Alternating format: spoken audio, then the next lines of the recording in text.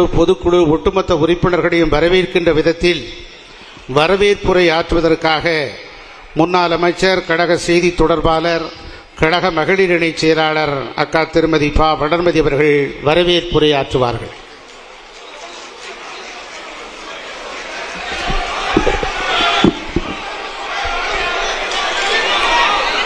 கண்ணுக்கெட்டிய தூரத்தில், கை நீட்டும் தொலைவில் தேர்தல் வரவிருக்கிற இந்த நேரத்தில் நடைபெறுகின்ற இந்த வரலாற்று சிறப்புமிக்க பொதுக்குழுவிற்கு வருகை தந்திருக்கிற கழகத்தின் பொதுச் செயலாளர், வருங்கால தமிழக முதலமைச்சர்,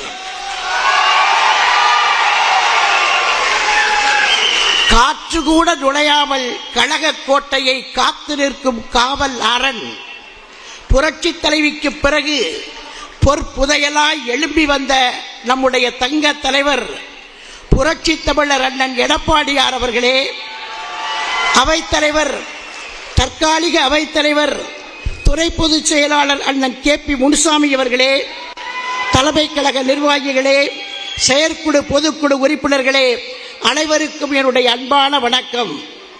எண்ணி பார்க்கிறேன், இதே மண்டபம், இதே மேடை 1 கோடி தாமரை உயிர் பெற்று வந்தது போல ஆடை கட்டி வந்த ஓடை தாமரையாய், கோடை காற்றாய், குளிர் பூந்தென்றலாய் நம்முடைய அம்மா அழகு நடை நடந்து இங்கே வந்ததை நான் எண்ணி பார்க்கிறேன். புன் சிரிப்பால் நம்மை வென்றதும் எண்ணும் போதெல்லாம் இனிக்கின்ற காட்சிகள். அம்மா மறைந்து விட்டார், அது உலகத்திற்கு. நம்மை பொறுத்தவரை அம்மா மறையவில்லை. அம்மாவின் ஆன்மா இதே மண்டபத்தில் அண்ணன் எடப்பாடியாரின் உருவத்திலே பார்த்து கொண்டிருக்கிறது. நம்முடைய ஒவ்வொரு அசைவையும் கவனித்துக் கொண்டிருக்கிறது.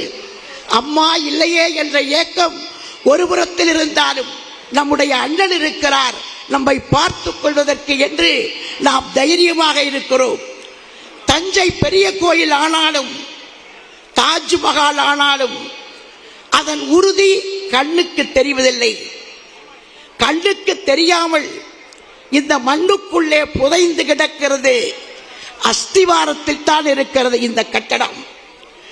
அதிமுகவின் வலிமை, அதிமுகவின் வலிமை அமைச்சர்களால் அல்ல, தலைமை கழக செயலாளர்களால் அல்ல.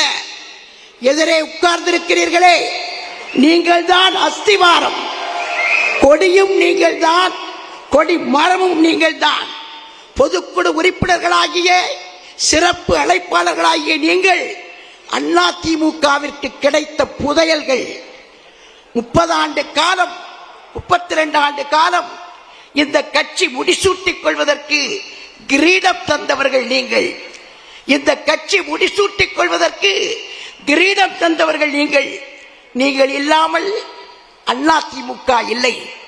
நீங்கள் இல்லாமல் இந்த ஆட்சி இல்லை.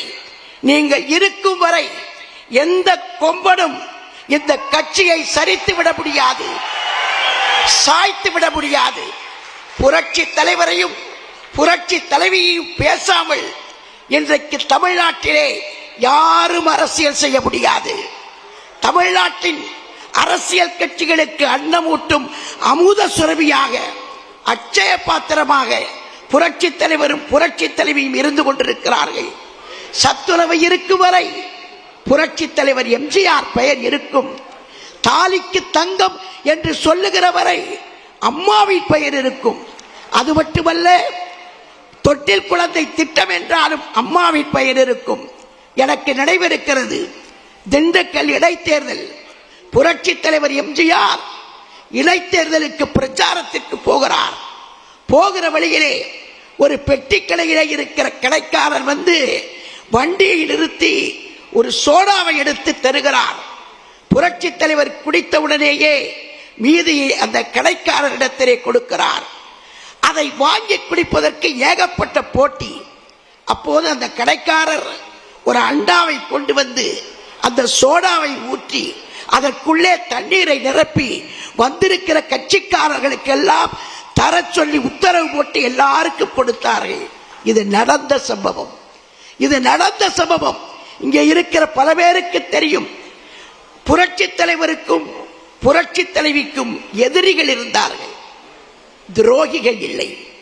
ஆனால் நம்முடைய அண்ணன் எடப்பாடியாருக்கு எதிரிகளும் இருக்கிறார்கள், துரோகிகளும் இருக்கிறார்கள். இந்த துரோகிகள் சாக்ரட்டிஸுக்கே விஷம் கொடுத்தவர்கள், சாக்ரட்டிஸுக்கு விஷம் கொடுத்தவர்கள், இயேசுவை சிலுவையிலே அறைந்தவர்கள், கும்பிட்ட கைகள் கூர்வாளை ஏந்தி வந்த புரூட்டஸ்கள், அருவியில் குளித்தாலும் அழுக்கு போகாத மனிதர்கள், வரலாற்றின் குப்பை தொட்டிகள், நிழல் தந்த இந்த மரத்தின் மீதே எச்சவிட்டு போகிற தராதரம் தெரியாத தாந்தோன்றி பறவைகள். எத்தனையோ பேர் இந்த இயக்கத்தை காட்டி கொடுத்து விட்டு போனார்கள். ஆனாலும் இந்த இயக்கம் அழிந்து விடவில்லை, வீழ்ந்து விடவில்லை.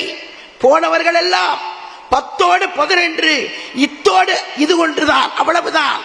ஆனால் யாரும் தப்பு கணக்கு போட்டு விடாதீர்கள், எழுதி வைத்துக் கொள்ளுங்கள். வரப்போகிற தேர்தலில் வென்று நம்முடைய அண்ணன் எடப்பாடியார் முதலமைச்சராக வருவது உறுதி.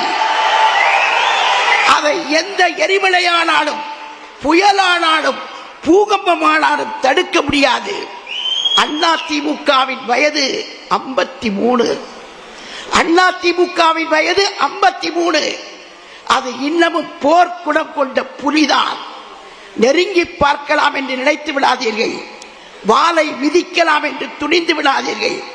எச்சரிக்கிறேன், புலி இப்போதுதான் வேட்டைக்கு கிளம்பி இருக்கிறது. அது நேராக கோட்டைக்குத்தான் போகும். கோட்டைக்கு செல்லக்கூடிய நாள் விரைவில் இல்லை. நம்முடைய அண்ணனுக்காக, நம்முடைய எஜமானருக்காக, நம்முடைய தலைவருக்காக கோட்டை கதவுகள் திறந்திருக்கிறது, சிம்மாசனம் காத்திருக்கிறது. நாளும் உழைப்போம், நாம் சேர்ந்து உழைப்போம், அண்ணனை முதலமைச்சர் ஆக்குவோம் என்று சொல்லி வந்திருந்த அனைவரையும் வரவேற்று விடைபெறுகிறேன். நன்றி, வணக்கம்.